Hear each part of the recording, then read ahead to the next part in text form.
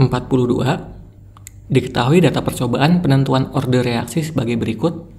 Ini ada konsentrasi X, konsentrasi Y, waktu. Percobaan 1, 2, 3. Ditanyakan, waktu reaksi pada konsentrasi X dan Y masing-masing 0,2 molar adalah. Ini udah umum banget nih. Laju reaksi boleh R, boleh V, bebas. K dikali konsentrasi X pangkat orde, konsentrasi Y pangkat orde. Nah, karena diketahuinya waktu, ingat waktu itu berbanding terbalik sama laju reaksi. Makin gede laju reaksinya, makin kecil waktu reaksinya. Atau makin cepat reaksinya, gitu kan ya? Berarti bisa gue tulisin, seperti sama dengan K, konsentrasi X pangkat orde, konsentrasi Y pangkat orde. Nah, pertama kita mau cari dulu nih orde X-nya berapa, orde Y-nya berapa. Pertama kita coba cari X yang sama Y yang sama buat nyari ordenya masing-masing. Nah, untuk X yang sama, di sini ada data 1 sama 2 nih. X-nya sama. Berarti kita pakai data 1 sama 2 buat nyari ordenya Y. Karena X-nya bisa kita coret. Data 1 dan 2 buat nyari ordenya Y. Langsung bikin kayak gini tapi perbandingannya aja. Nah, karena ini seperti berarti perbandingannya terbalik.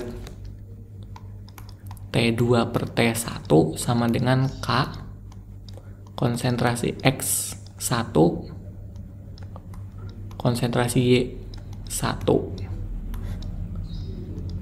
Konsentrasi X yang kedua, konsentrasi Y yang kedua.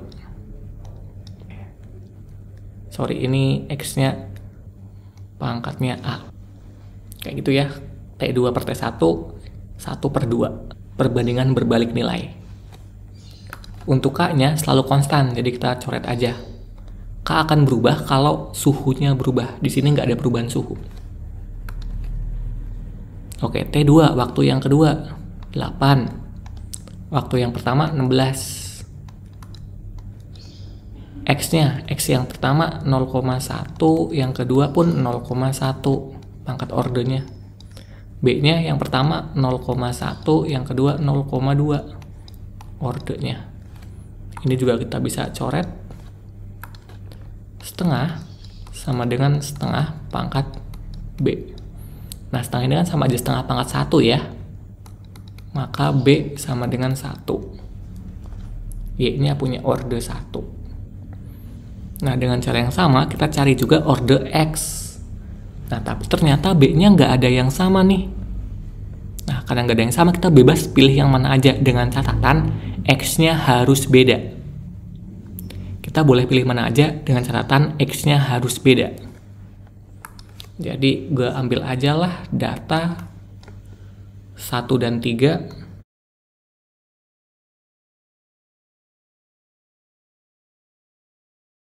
Nah, langsung masukin aja ya. T-nya kita balik. Berarti T yang ketiga per T yang pertama. K-nya udah dicoret. X-nya X1 0,1, X yang ketiga 0,4. Pangkatin ordenya. B-nya yang pertama 0,1, yang kedua 0,4. Nah, jangan lupa karena B-nya kita udah dapet nih orde 1, kita pangkatin 1 langsung aja.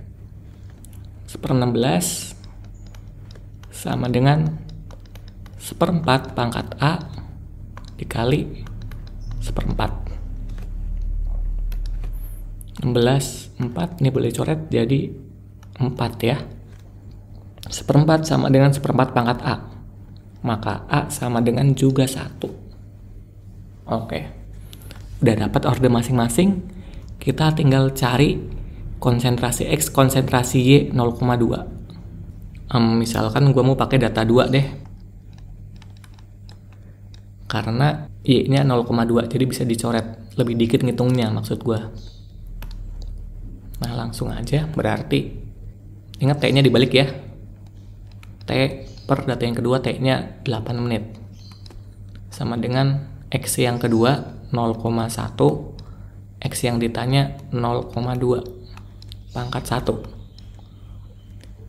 Y 0,2, Y yang ditanya 0,2. Nah, ini maksud gua bisa dicoret. Langsung deh dapet. T per 8 sama dengan setengah, maka T-nya dikali silang 4 menit. C jawabannya. Next, 43.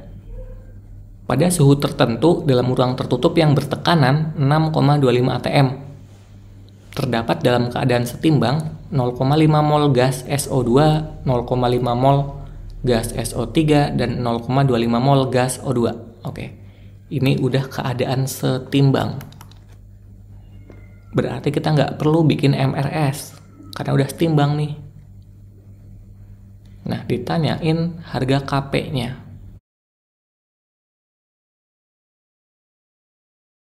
Ngitung Kp pakai tekanan parsial masing-masing gas. Bisa juga pakai Kc, terus nanti hubungan Kp dan Kc.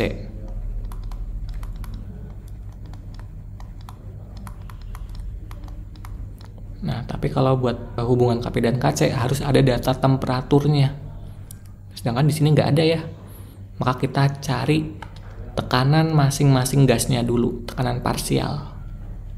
Gas, biasalah gas ideal. Gas ideal itu PV sama dengan nRT. Nah, hubungan tekanan sama mol, P sebanding sama mol.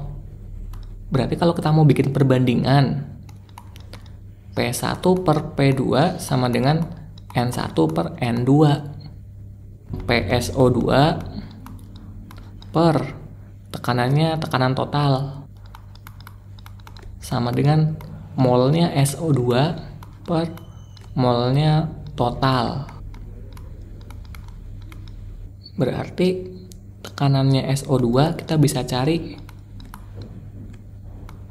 mol SO2 0,5 mol, mol total 0,5 tambah 0,5 tambah 0,25 berarti 1,25 dikali tekanan totalnya 6,25.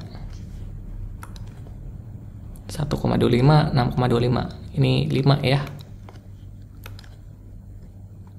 dapat 2,5 atm. Dengan cara yang sama kita juga bisa ngitung tekanannya SO2, pasti sama 2,5 atm juga. Sorry, maksudnya SO3. Nah, tahu dari mana kok sama? Molnya aja sama 0,5, ini 0,5 juga SO3, pasti tekanannya juga sama 2,5 juga. Terus tekanan O2 oksigen pasti setengah dari ini 1,25 atm. Tahu dari mana? Mol 0,5 dapat 2,5 atm. Berarti kalau molnya 0,25 kan setengah dari ini ya. Tekanannya juga pasti setengah dari ini. Setengah dari 2,5 yaitu 1,25. Dan kalau lu totalin semuanya pasti sama dengan 6,25, sama dengan tekanan total. 2,5 tambah 2,5 tambah 1,25. Oke ya, sesuai. Kalau misalnya lu coba ngitung ternyata nggak sesuai, berarti ada yang salah di hitungan lu. Cek ulang lagi. Oke, langsung aja ditanyain Kp. Kp itu tekanan produk pangkat koefisien per tekanan reaktan pangkat koefisien. Tekanan produk. Nah, produk reaksi ini SO2 sama O2. SO2 tekanannya 2,5 atm. Pangkatin koefisien nih ya. Koefisien 2. Sama O2 tekanannya 1,25 atm. Koefisien 1 berarti pangkatin 1. Per SO3 nih. Koefisiennya 2. Berarti 2,5 pangkatin 2 juga. Ya, ini dicoret aja, yaitu hasilnya 1,25 atm. Yang D jawabannya. Oke, next. Diketahui KSP CdOH2 adalah 25 kali 10 pangkat min 14. Jika pH suatu larutan CdCl2 0,00025 molar dinaikkan dengan menambah padatan NaOH, maka endapan CdOH2 akan terbentuk setelah pH larutan lebih dari. Oke, ini tentang kelarutan dan KSP. Yang ditanyakan adalah CdOH2. Kita ionisasi dulu. Jadi CD2 plus 2OH min. Untuk nilai KSP-nya, KSP adalah konsentrasi atau kelarutan ion-ion pangkatin koefisiennya masing-masing. Berarti konsentrasi CD2 plus pangkat koefisien 1 dikali konsentrasi OH min pangkat koefisiennya yaitu 2. Nah, kita tinggal masukin nilainya aja. Untuk konsentrasi CD2 plusnya, kita pakai ini nih. CdCl2. Kan dia terionisasi ya, jadi CD2 plus 2Cl min. Ini 25 kali 10 pangkat min 5, maka CD2 plusnya juga pasti sama. 25 kali 10 pangkat min 5. Nanti kalau ditanya Cl min, 2 kali lipatnya dari koefisien. Langsung masukin nilai KSP 25 kali 10 pangkat min 14. CD2 plusnya dari sini 25 kali 10 pangkat min 5 dikali OH min kuadrat. 25 coret, berarti OH min kuadrat 10 pangkat min 9. Maka OH minnya 10 pangkat min 4,5. Maka POH-nya 4,5 dan pH-nya 14 dikurang 4,5. 9,5. Nah, ini adalah kondisi jenuhnya. Berarti kalau ditanya endapan terbentuk setelah pH berapa? Kalau ada 9,5 ya kita pilih 9,5. Tapi ternyata nggak ada nih 9,5. Berarti gimana? Apakah pilih 9? Enggak ya. pH 9, lebih dari 9 nih, misal 9,1 nih. Itu masih belum mengendap. Bahkan 9,5 pun masih belum ada endapan nih sebenarnya. Dia tepat banget jenuhnya. Yang namanya terjadi endapan itu setelah lewat jenuh. Jadi 9,5 ke atas baru ada endapan.